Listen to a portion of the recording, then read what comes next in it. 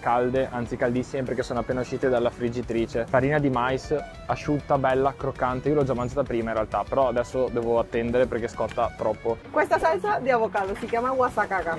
Ah, che me l'ha nominata Miguel, vai. È fatta di avocado, coriandolo fresco, un po' di cipolla, aglio, peperoni verdi. So che ha un nome Guasacaca. strano, però questa è la salsa più famosa del Venezuela per mangiare le Ah, me la empanade. porto a casa? Grazie. No, non te la porti a casa, ma si mangia solitamente in Venezuela, fai un morso. Ah, ok. Morso, aggiungi salsa, morso. morso, salsa, morso, salsa. Parte migliore è l'ultima. Questo è un biglietto per il Venezuela praticamente.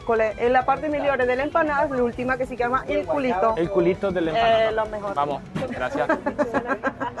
È molto buona, è molto saporita, è molto calda. Saporita ma delicata. Adesso sono curioso di provarlo con il guasacaca.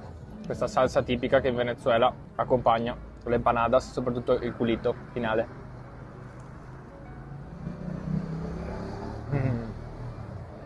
Questa salsa è buonissima, con avocado, coriandolo, pepe e altre spezie. È freschissima, si sente molto coriandolo, a me piace molto perché il coriandolo è una bella erba aromatica. Questa, oltre a dare un po' più di freschezza al caldo dell'empanada, dona un po' freschezza al palato e dona gusto al tutto.